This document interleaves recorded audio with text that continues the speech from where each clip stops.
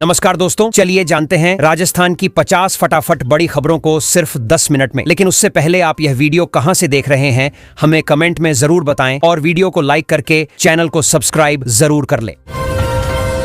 राजस्थान के सरकारी स्कूलों में अब बिना पूर्व अनुमति बाहरी लोगों के प्रवेश पर सख्ती कर दी गई है। शिक्षा विभाग ने स्कूल परिसरों में फोटोग्राफी, वीडियोग्राफी और लाइव स्ट्रीमिंग पर भी रोक लगाई है। अधिकारियों के अनुसार इन नियमों का मकसद बच्चों की सुरक्षा, निजता और गरिमा की रक्षा करना है। सरकार ने स्कूलों में छात्रों की सुरक्षा को लेकर इन लोको पेरेंटिस सिद्धांत पर जोर दिया है। इसके तहत स्कूल प्रशासन को बच्चों की गोपनीयता और सम्मान का विशेष ध्यान रखना होगा। बिना अनुमति किसी छात्र का फोटो या वीडियो सार्वजनिक करने पर कार्रवाई हो सकती है। बाहरी लोगों की गतिविधियों पर निगरानी बढ़ाने के भी निर्देश दिए गए हैं। राजस्थान के सरकारी स्कूलों में मीडिया और बाहरी लोगों के प्रवेश पर लगाए गए नए प्रतिबंधों को लेकर राजनीतिक बहस तेज हो गई है। कांग्रेस प्रदेश अध्यक्ष गोविंद सिंह डोटासरा समेत विपक्षी नेताओं ने सरकार पर सवाल उठाए हैं। उनका आरोप है कि नियमों के जरिए स्कूलों की व्यवस्थागत कमियों को सामने आने से रोकने की कोशिश की जा रही है। राजस्थान में सरकारी स्कूलों की स्थिति को लेकर स्कूल ठीक करो अभियान की चर्चा तेज हो गई है। कॉकरोच जनता पार्टी के सह संयोजक आशुतोष रांका ने राज्य भर के सरकारी स्कूलों का निरीक्षण करने की बात कही है। उनका कहना है कि अभियान के जरिए स्कूलों की वास्तविक स्थिति सामने लाकर सुधार की मांग उठाई जाएगी। राजस्थान सरकार ने प्रस्तावित यूनिफॉर्म सिविल कोड यानी यूसीसी के मसौदे को मंजूरी दी है। इसमें विवाह का पंजीकरण अनिवार्य करने का प्रावधान बताया गया है। प्रस्तावित कानून का उद्देश्य विवाह, उत्तराधिकार और परिवार से जुड़े नियमों में एकरूपता लाना है। अब आगे की प्रक्रिया के तहत मसौदे को विधानसभा के सामने रखा जा सकता है।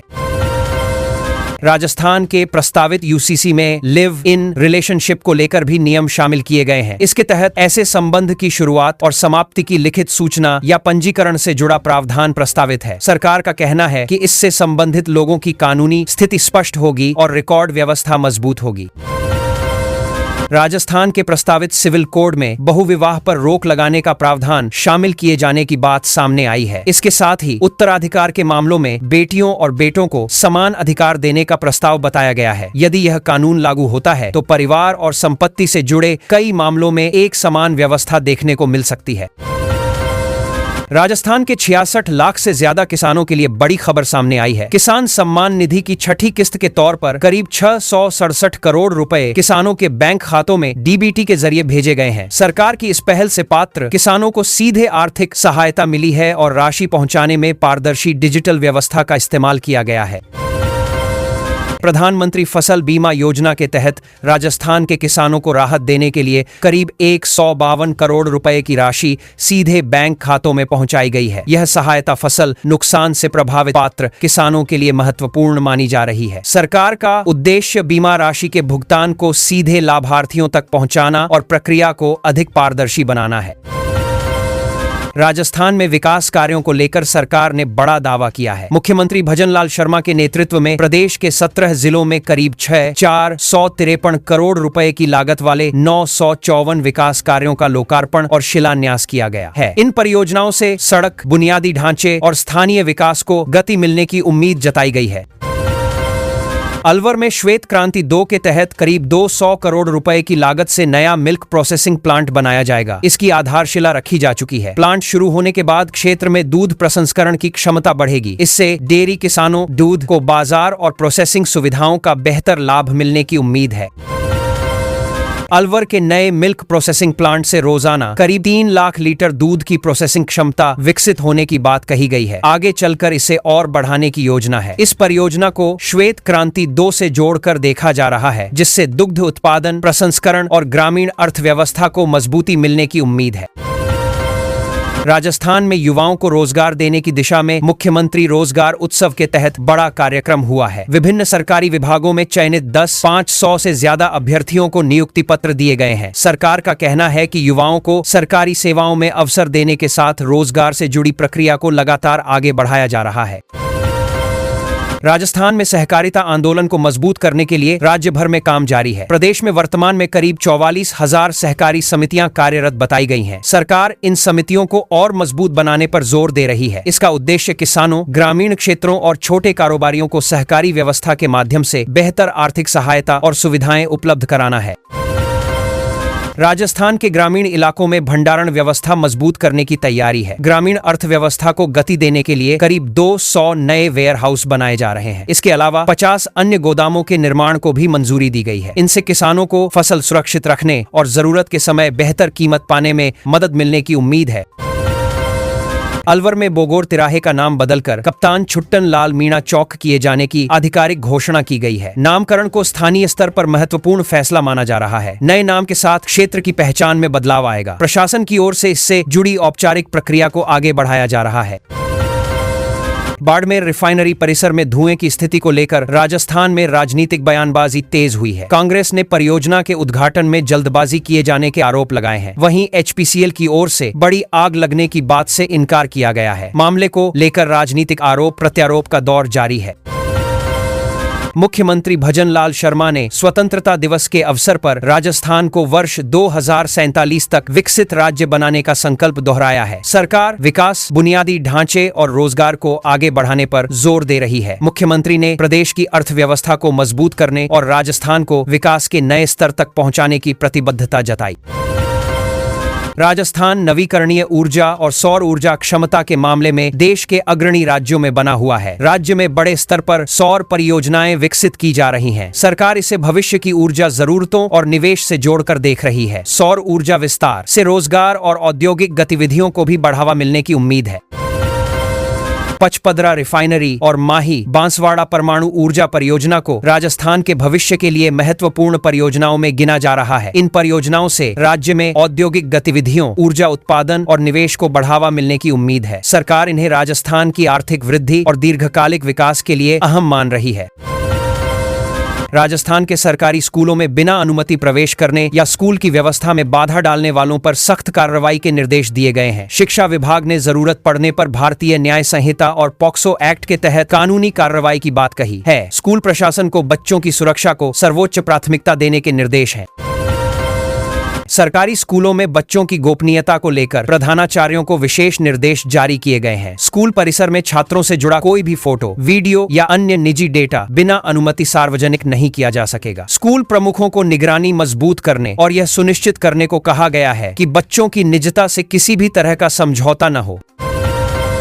राजस्थान के स्कूलों में बाहरी लोगों के प्रवेश को लेकर जारी नए नियमों में प्रशासनिक और आधिकारिक निरीक्षण करने वाले अधिकारियों को छूट दी गई है। शिक्षा विभाग ने स्पष्ट किया है कि वैध सरकारी कार्य से आने वाले अधिकृत अधिकारी इन प्रतिबंधों के दायरे में नहीं होंगे। हालांकि अन्य बाहरी लोगों के लिए अनुमति और पहचान संबंधी प्रक्रिया लागू रहेगी।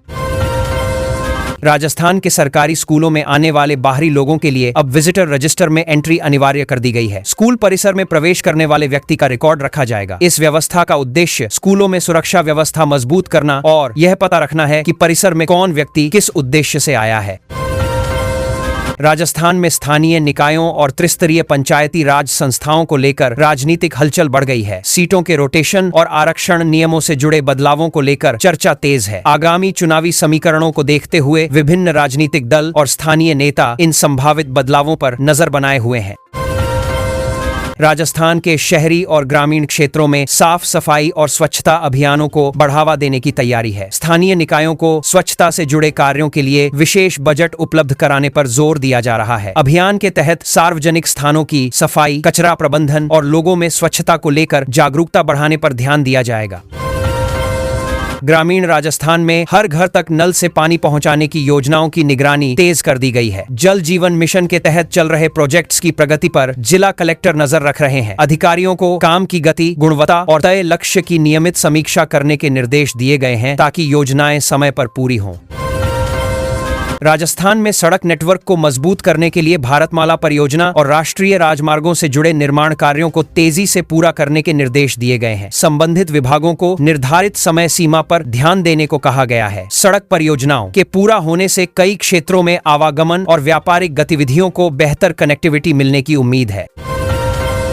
राजस्थान में कृषि और घरेलू उपभोक्ताओं को बिजली आपूर्ति बेहतर बनाए रखने के लिए डिस्कॉम्स को ग्रिड व्यवस्था दुरुस्त रखने के निर्देश दिए गए हैं। मानसून के दौरान बिजली ढांचे पर अतिरिक्त दबाव को देखते हुए जरूरी तैयारियां करने को कहा गया है। अधिकारियों को आपूर्ति में अनावश्यक बाधा रोकने और तकनीकी समस्याओं का जल्द समाधान करने पर जोर है। मानसून सीजन में राजस्थान के पर्यटन स्थलों पर पर्यटकों की सुविधा बढ़ाने के लिए विशेष इंतजाम किए जा रहे हैं। ऐतिहासिक किलों, महलों और वन्यजीव अभयारण्यों में सुरक्षा तथा व्यवस्थाओं पर ध्यान दिया जा रहा है। पर्यटन विभाग और स्थानीय प्रशासन का उद्देश्य बारिश के मौसम में आने वाले पर्यटकों को बेहतर अनुभव और सुरक्षित माहौल उपलब्ध कराना है। राजस्थान के कई प्रमुख रेलवे स्टेशनों का अमृत भारत स्टेशन योजना के तहत आधुनिकीकरण किया जा रहा है। स्टेशनों पर यात्रियों के लिए आधुनिक सुविधाएं विकसित करने का काम जारी है। पुनर्विकास के बाद यात्रियों को बेहतर बैठने की व्यवस्था, सुविधाजनक आवागमन और आधुनिक यात्री सुविधाएं मिलने की उम्मीद है। राजस्थान के जिला अस्पतालों और सामुदायिक स्वास्थ्य केंद्रों में स्वास्थ्य सेवाओं की लगातार समीक्षा की जा रही है। दवाओं की उपलब्धता और डॉक्टरों की उपस्थिति की ऑनलाइन निगरानी पर जोर दिया गया है। इसका उद्देश्य मरीजों को समय पर इलाज और जरूरी दवाएं उपलब्ध कराना है। अधिकारियों को स्वास्थ्य सुविधाओं की नियमित समीक्षा करने के निर्देश दिए गए हैं। राजस्थान पुलिस ने ऑनलाइन ठगी और साइबर अपराधों पर लगाम कसने के लिए साइबर क्राइम यूनिट को और सक्रिय किया है। जिलों में विशेष टास्क फोर्स के जरिए संदिग्ध गतिविधियों पर नजर रखी जा रही है। पुलिस का फोकस ऑनलाइन धोखाधड़ी की शिकायतों पर तेजी से कार्रवाई करने और साइबर अपराधियों तक पहुंचने पर है। राजस्थान में आयुष्मान भारत महात्मा गांधी राजस्थान स्वास्थ्य बीमा योजना के तहत गरीब परिवारों को बेहतर स्वास्थ्य सुविधा देने पर जोर दिया जा रहा है। क्लेम प्रक्रिया और अस्पतालों के भुगतान में पारदर्शिता बढ़ाने के प्रयास किए जा रहे हैं। सरकार का उद्देश्य पात्र लाभार्थियों को इलाज का लाभ समय पर मिले और भुगतान प्रक्रिया में अनावश्यक परेशानी न हो। राजस्थान के पारंपरिक दस्तकारों और बुनकरों को बढ़ावा देने के लिए जयपुर और जोधपुर में विशेष मेलों का आयोजन किया जा रहा है। इन आयोजनों में स्थानीय हस्तशिल्प और कला को बड़े बाजार तक पहुंचाने का प्रयास है। सरकार और संबंधित संस्थाएं कारीगरों को राष्ट्रीय तथा अंतर्राष्ट्रीय मंच उपलब्ध कराने पर जोर दे रही हैं। अरावली क्षेत्र और वन्यजीव इलाकों में पर्यावरण संरक्षण को लेकर वन विभाग ने निगरानी बढ़ाई है। हरियाली बढ़ाने के साथ अवैध खनन जैसी गतिविधियों पर रोक लगाने की कोशिश की जा रही है। संवेदनशील क्षेत्रों में चौकसी बढ़ाकर प्राकृतिक संसाधनों और वन्यजीवों की सुरक्षा सुनिश्चित करने पर विभाग का जोर है। राजस्थान में महिलाओं की सुरक्षा से जुड़े मामलों में त्वरित कार्रवाई के लिए शक्ति डेस्क और महिला सुरक्षा एवं सलाह केंद्रों को मजबूत किया जा रहा है। इन केंद्रों के जरिए महिलाओं की शिकायतों पर ध्यान देने और जरूरी सहायता उपलब्ध कराने की व्यवस्था पर जोर है। उद्देश्य महिलाओं को सुरक्षित वातावरण और शिकायतों के समाधान की बेहतर सुविधा देना है। जयपुर के भामाशाह टेक्नो हब में युवा उद्यमियों और नए स्टार्टअप्स को बढ़ावा देने की पहल जारी है। नए कारोबार शुरू करने वाले युवाओं को वित्तीय सहायता के साथ तकनीकी मार्गदर्शन और मेंटरशिप उपलब्ध कराने पर जोर दिया जा रहा है। इससे राजस्थान में नवाचार और रोजगार आधारित उद्यमिता को गति मिलने की उम्मीद है। राजस्थान में प्रतिभावान खिलाड़ियों को बेहतर प्रशिक्षण और प्रतियोगिताओं की तैयारी के लिए सहायता देने की योजनाएं लागू हैं। खेल अकादमियों में आधुनिक ट्रेनिंग सुविधाओं को मजबूत करने के साथ खिलाड़ियों को अंतर्राष्ट्रीय प्रतियोगिताओं के लिए आर्थिक मदद देने पर भी जोर है। सरकार का लक्ष्य प्रदेश की खेल प्रतिभाओं को बेहतर मंच और संसाधन उपलब्ध कराना है।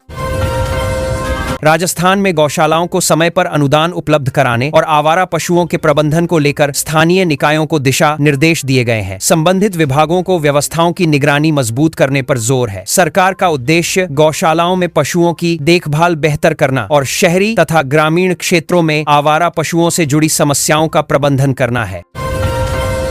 राजस्थान के सरकारी स्कूलों में डिजिटल शिक्षा को बढ़ावा देने के लिए स्मार्ट क्लासरूम और कंप्यूटर लैब्स को इंटरनेट से जोड़ने का काम चरणबद्ध तरीके से जारी है। विद्यार्थियों को आधुनिक तकनीक से जोड़ने और डिजिटल साक्षरता बढ़ाने पर जोर दिया जा रहा है।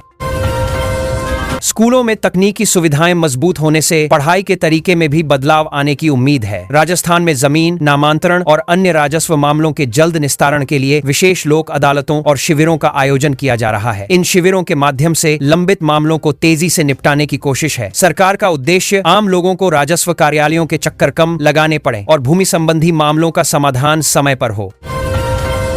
राष्ट्रीय खाद्य सुरक्षा योजना के तहत राजस्थान में पात्र नए लाभार्थियों को जोड़ने और खाद्यान्न वितरण व्यवस्था को पारदर्शी बनाने पर जोर दिया जा रहा है। संबंधित अधिकारियों को पात्र परिवारों की पहचान और राशन वितरण की निगरानी करने के निर्देश हैं। सरकार का लक्ष्य यह सुनिश्चित करना है कि योजना का लाभ वास्तविक जरूरतमंद परिवारों तक पहुंचे। राजस्थान के सरकारी स्कूलों में अब बिना पूर्व अनुमति बाहरी लोगों के प्रवेश पर सख्ती कर दी गई है। शिक्षा विभाग ने स्कूल परिसरों में फोटोग्राफी, वीडियोग्राफी और लाइव स्ट्रीमिंग पर भी रोक लगाई है। अधिकारियों के अनुसार इन नियमों का मकसद बच्चों की सुरक्षा, निजता और गरिमा की रक्षा करना है।